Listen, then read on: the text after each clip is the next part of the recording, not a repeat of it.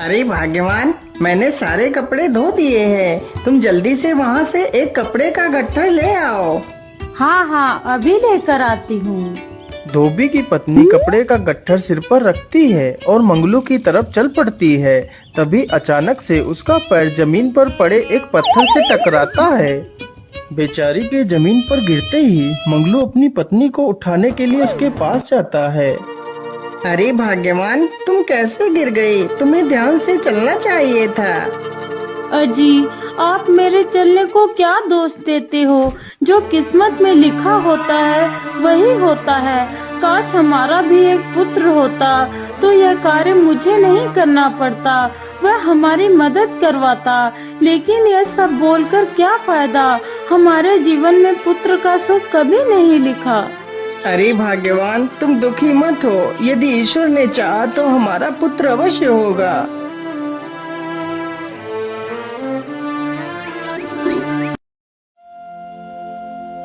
इसी प्रकार कुछ दिन बीत जाते हैं। अरे भाग्यवान, तुम जल्दी से मेरे लिए कुछ खाना पोटली में बांध दो। आज मैं अकेला ही नदी पर कपड़े धोने के लिए जाऊंगा। ठीक है जी, मैं भी आपके लिए खाना लेकर आती हूँ। मंगलू की पत्नी खाने की पोटली लेकर आती है और पोटली मंगलू को दे देती है। मंगलू तुरंत ही खाने की पोटली लेकर चल पड़ता है।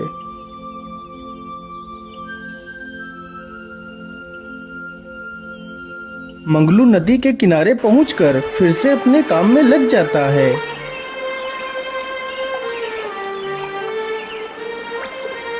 अरे बेटा, मैं 4 दिनों से भूखा हूँ।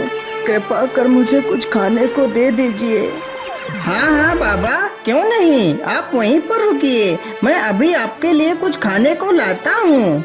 मंगलू तुरंत ही उस पोटली में से कुछ रोटियां निकालकर उस बूढ़े व्यक्ति को दे देता है। अरे बेटा, तुम तो बहुत दयालु हो, जिसने खुद का खाना मुझे दे दिया।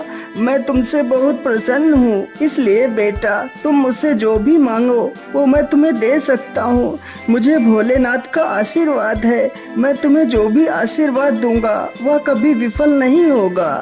बाबा, यदि ऐसी बात है तो मुझे आशीर्वाद दीजिए कि मुझे एक पुत्र की प्राप्ति हो जाए। ठीक है बेटा, मैं भोलेनाथ से प्रार्थना करता हूँ कि तुम्हें जल्द ही एक पुत्र की प्राप्ति हो जाए। इतना सुनकर मंगलू बहुत खुश हो जाता है। फिर वह बाबा वहां से चला जाता है।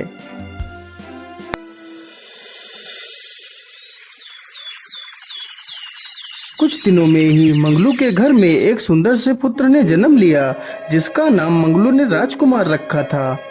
राजकुमार धीरे धीरे बड़ा हो जाता है। एक दिन मंगलू की तबीयत ज्यादा खराब हो जाती है। पिताजी, मैंने आपको कितनी बार बोला था कि मुझे भी अपने साथ काम पर ले चला करो, लेकिन आपने मेरी बात नहीं मानी। पिताजी, अब आपको काम करने की कोई आवश्यकता नहीं। अब मैं ही काम करूँगा। राजकुमार को कपड़े धोने का काम अच्छा नहीं लगता था, इसलिए राजकुमार काम की तलाश में शहर की तरफ निकल पड़ता है।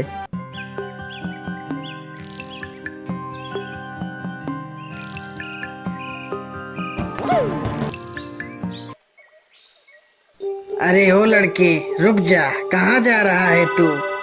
अरे भाई, मैं काम की तलाश में शहर जा रहा हूँ। अच्छा, तो तू शहर जा रहा है?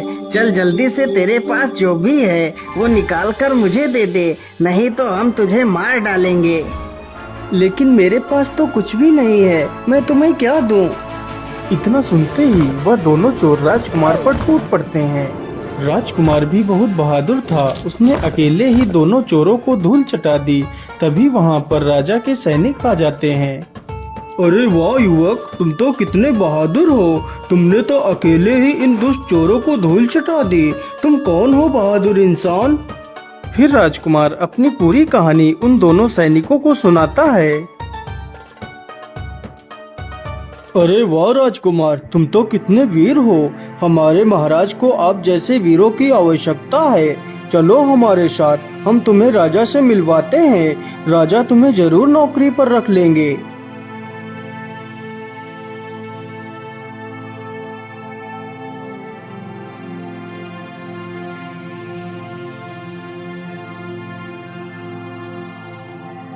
अरे वाह राजकुमार, तुम तो कितने वीर हो। मुझे तो तुम जैसे वीरों की ही तलाश रहती है। राजकुमार, आज से तुम मेरे विशेष अंगरक्षक हो। फिर राजा उसे अपना विशेष अंगरक्षक बना लेता है।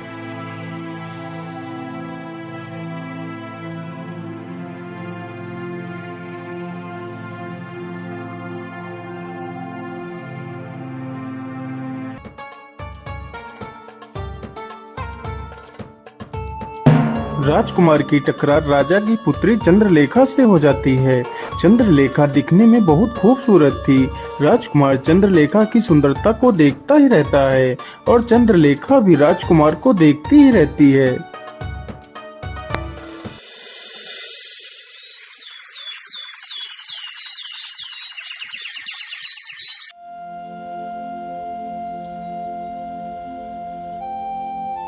इस प्रकार राजकुमार और चंद्रलेखा दोनों आपस में मिलने लगते हैं।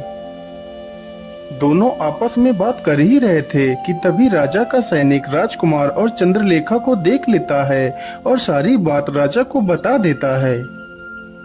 सैनिकों, राजकुमार को जल्दी से हमारे सामने पेश किया जाए। लेकिन राजकुमारी जी, महाराज हमारे रिश्ते को कैसे स्वीकार करेंगे?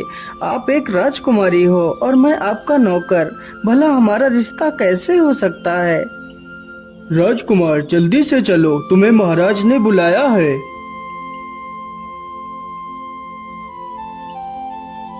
राजकुमार, तूने तो जिस थाली में खाया उसी में छेद किया। मैंने तुझे अपना विशेष अंगरक्षक बनाया और तूने मेरी ही इज्जत को उछाल दिया। लेकिन महाराज, मैं तो राजकुमारी से प्रेम करता हूँ। क्या प्रेम? और राजकन्या से? एक नौकर होकर भी तेरी इतनी हिम्मत कि तू राजकुमारी से विवाह करे? सैनिकों, इसे पकड़कर कारागार में डाल दिया जाए। सैनिक तुरंत ही राजकुमार को कारागार में डाल देते हैं।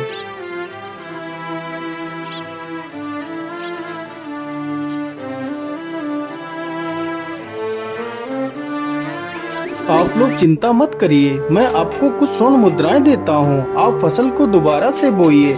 यदि ईश्वर ने चाहा तो फसल इस बार अच्छी होगी। मंत्री जी, 100 स्वर्ण की मुद्राएं लाइए। मंत्री तुरंत ही 100 सोने की मोहरें लेकर आ जाता है। महाराज, अब आप ही इन मुद्राओं को इन गांव वालों को दे दीजिए।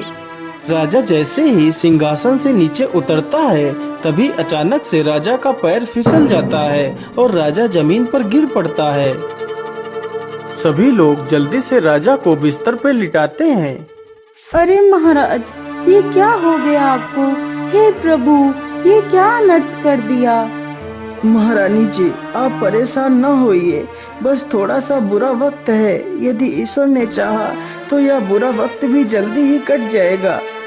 लेकिन महाराज, आपके इस हालात में रहते हुए हमारे राज्य की देखरेख कैसे हो पाएगी? राज्य सभा को कौन चलाएगा? महारानी जी, आप चिंता ना करिए, राजगद्दी को हमारी बड़ी पुत्री चंद्रलेखा संभाल लेगी। लेकिन महाराज, चंद्रलेखा ही क्यों? हमारा पुत्र भी तो राजगद्दी को संभाल सकता है। नहीं महारानी जी, हमारा पुत्र राज्य गद्दी के लायक नहीं है। वह स्वभाव से बहुत ही अहंकारी है। वह राज्य को संभाल नहीं सकता। राजा की ये सारी बातें चंद्रवीर छिपकर सुन रहा था। अच्छा, तो हमारा पिता ही हमारा भला नहीं सोच रहा? राज्य गद्दी पर हमारी बहन को बिठाएगा। मेरे रहते हुए मैं राज्य गद्दी पर किसी को नहीं बैठने दूंगा। उस राज्य गद्दी पर सिर्फ मेरा ही अधिकार है। राजकुमार चंद्रवीर अपने साथियों के पास जाता है और उन्हें सारी कहानी सुनाता है। लेकिन राजकुमार जी, हम महाराज को कैसे मारेंगे? अरे झिमरू, हम लोग आज रात ही महाराज को बंदी बनाकर ले चलेंगे और जंगल में फेंक देंगे। जंगल में कोई ना कोई जानवर महाराज को खा जाएगा। आधी रात होते ही सैनिक तथा चंद्रवीर मिलकर राजा को बंदी बना लेते हैं।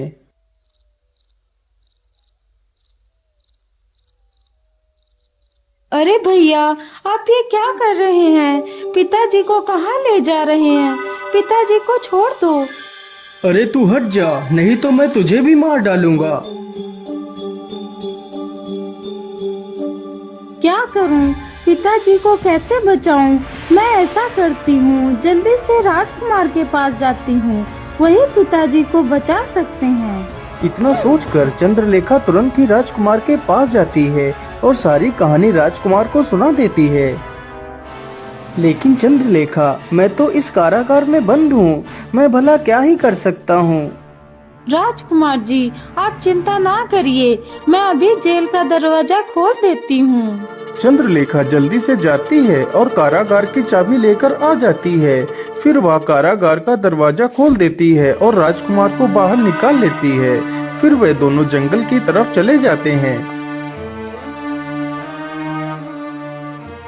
रुक जाओ चंद्रवीर, महाराज को छोड़ दो, नहीं तो मैं तुम्हें जिंदा नहीं छोड़ूंगा। अच्छा, एक नौकर होकर मुझे मारने की धमकी दे रहा है। सैनिकों, इसे यहीं रख दो और इस नौकर को अच्छे से मजा चखाओ।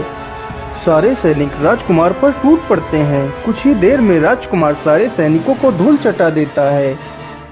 अरे, तूने तो अकेले ही सारे सैनिकों को धूल चटा दी, अब मेरे वार से बच।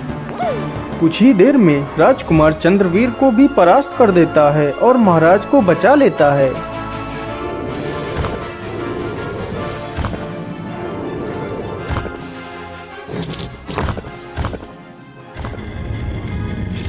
वाह पुत्र वाह, तुम तो कितने वीर हो। मैंने तुम्हें गलत समझा पुत्र, मुझे माफ कर दो। नहीं महाराज, आपसे कोई गलती नहीं हुई। एक पिता होने के नाते आपका ऐसा करना उचित था। बेटा, मैं आज अपनी पुत्री चंद्रलेखा का विवाह तुमसे करना चाहता हूँ और इस राज्य गद्दी को तुम्हें सौंपना चाहता हूँ। फिर राजा उन दोनों का विवाह कर देता है और राजकुमार को ही उस राज्य का राजा बना देता है।